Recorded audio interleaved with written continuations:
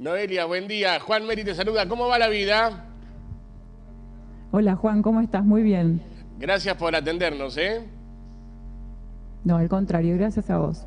Bueno, vos sabés que recién estábamos hablando porque hay una cuestión que van diciendo asesores del presidente y es un tema que están empezando a dejar entrever desde el gobierno nacional y en el gobierno de algunas provincias acerca del impacto que tiene el aislamiento en las personas y algunos dicen, bueno, la gente tendría que salir un poco por esto del permiso que le han dado en algunas provincias, en algunos distritos, a las personas de moverse un poquitito de su casa con salidas recreativas a 500 metros. Y claro, muchos hablan del impacto en el estado de ánimo, en la manera de ser, en lo que tiene que ver con la psicología. Contanos un poco qué es lo que te parece a vos acerca de estas afirmaciones que ha hecho el gobierno nacional, es decir, si hay impacto o no del aislamiento en la gente. No, sí, por supuesto, hay un impacto porque en principio lo que se ha cercenado es la libertad de las personas, que es un valor fundamental para la vida, para el ser humano sentirse realizado, ¿no es cierto? Y ha variado mucho la percepción de la gente respecto de lo que era la primera semana o los primeros días de esta restricción social a lo que es ahora, que ya llevamos varias semanas. Entonces lo que empieza a pasar es que a partir de haber transcurrido un cierto tiempo, se empieza a perder el sentido de esta restricción social, de esta imposibilidad de contacto, y eso genera una cierta confusión en términos de para qué nos estamos aislando, que me parece que ese es el punto. Lo que hay que hacer hincapié es recuperar el sentido de para qué estamos haciendo esto, pensando también que si bien ya llevamos un cierto tiempo en este trance, va a pasar, en algún momento va a pasar. Me parece que eso es sumamente importante para darnos una cierta tranquilidad respecto de para qué estamos haciendo esto, que tiene que ver con el sentido del aislamiento, y pensar también que esto va a tener un fin, no va a ser eterno. Sí, evidentemente me parece que hay que empezar a pensar en cómo vamos a salir del aislamiento, que decir que algún día se va a terminar y me parece que lo hemos hablado con también algunos otros colegas tuyos en el ciclo de este programa, que además, digo, te cuento, el programa este iba a tener 15 días de duración y también no sé, se nos ha extendido todo, ¿no? Y decíamos que hablábamos con algunos colegas y te pregunto a vos si te parece que esta situación de aislamiento, de las restricciones de las salidas, sirve para fortalecer los vínculos, es decir, en la pareja, en la familia, de los hijos con los padres. Me parece que como cuestión positiva se puede destacar, ¿no? Sí, tiene que ver mucho también con el tipo de vínculo que tenga cada persona en su entorno familiar. Hay entornos muy distintos. Hay personas que han encontrado en esto, como vos bien decís, una oportunidad para fortalecer los vínculos, pero también es cierto que hay condiciones de aislamiento que no son las mejores, no son las ideales, y en algunos casos ha ido en detrimento o en deterioro de las condiciones primarias o iniciales de los vínculos en los cuales se inició este aislamiento social. Ha aumentado en gran número los llamados por casos de violencia de género. Últimamente también se ha notado que han aumentado los casos de violencia hacia los niños. O sea, no es todo color de rosa, esa es la realidad. Hay en ciertas familias, ciertas personas que han encontrado una oportunidad para mejorar sus relaciones, y en otros casos, cuando ya había una situación conflictiva de base, el aislamiento no hace más que empeorar la situación. Esa es la realidad, Juan, realmente es lo que yo opino.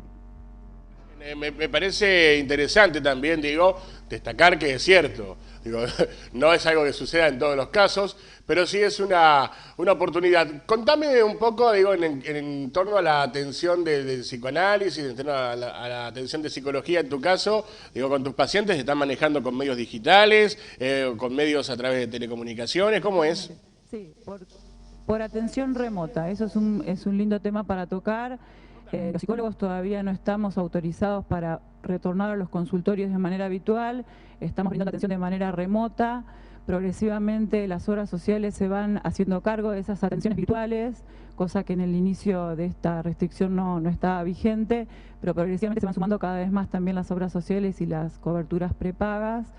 Es una modalidad que mucha gente no conoce o no aceptaba. Mismo también en el ambiente profesional había un sector de los profesionales, tal vez los más mayores, que tenían como reservas respecto a la atención online.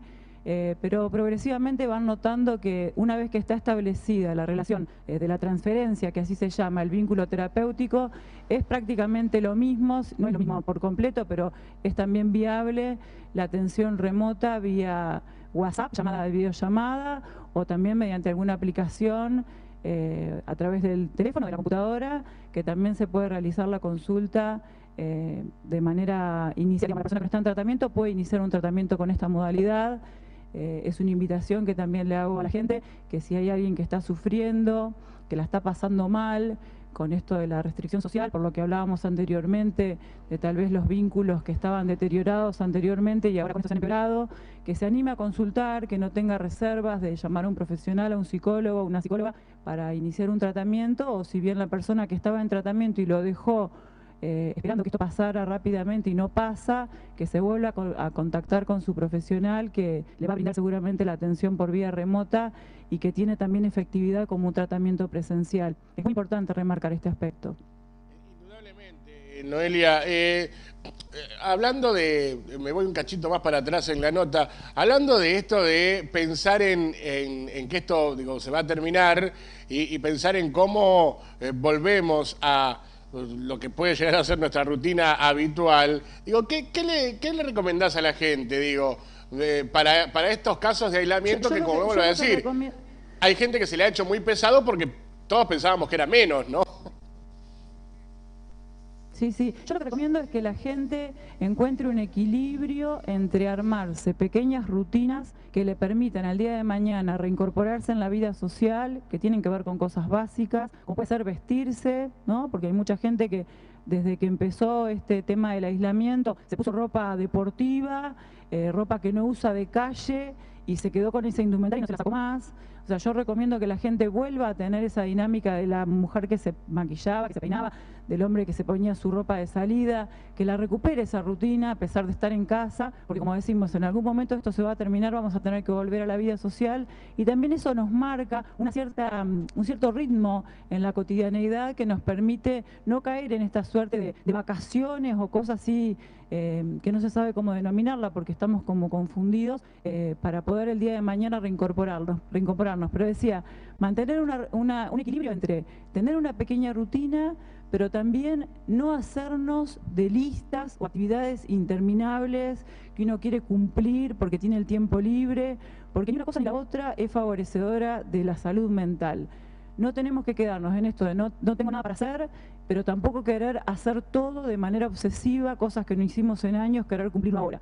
Es un punto intermedio entre establecernos rutinas básicas que nos permitan tener también un discernimiento de días de la semana, diferencia entre la semana de lunes a viernes y lo que es el fin de semana, pero tampoco caer en cuestiones de querer abarcar todo, porque la realidad es que no podemos hacer muchas cosas y eso solamente incrementa el nerviosismo y el estrés, que ya de por sí está incrementado por la cuestión del aislamiento.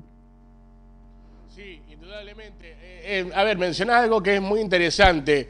Bueno, por ahí he escuchado los casos, digo, gente que se ha pintado toda la casa, ha arreglado todo el jardín, ha pintado la pileta, ha podado las plantas, y es cierto que esto de sobrecargarnos de tareas tampoco es beneficioso, ¿no?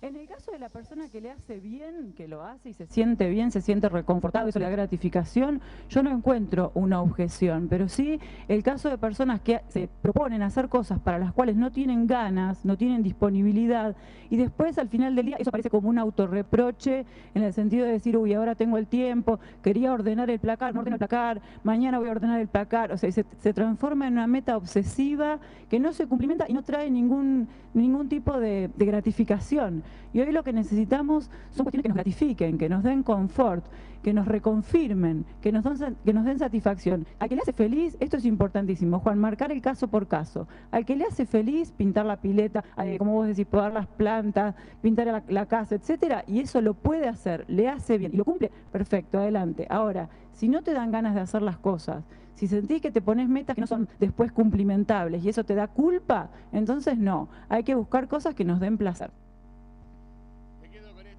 Última reflexión, querida Noelia Cunier, psicóloga de Mercedes, gracias por el contacto, ¿eh? No, por favor, Juan, un placer. Un placer.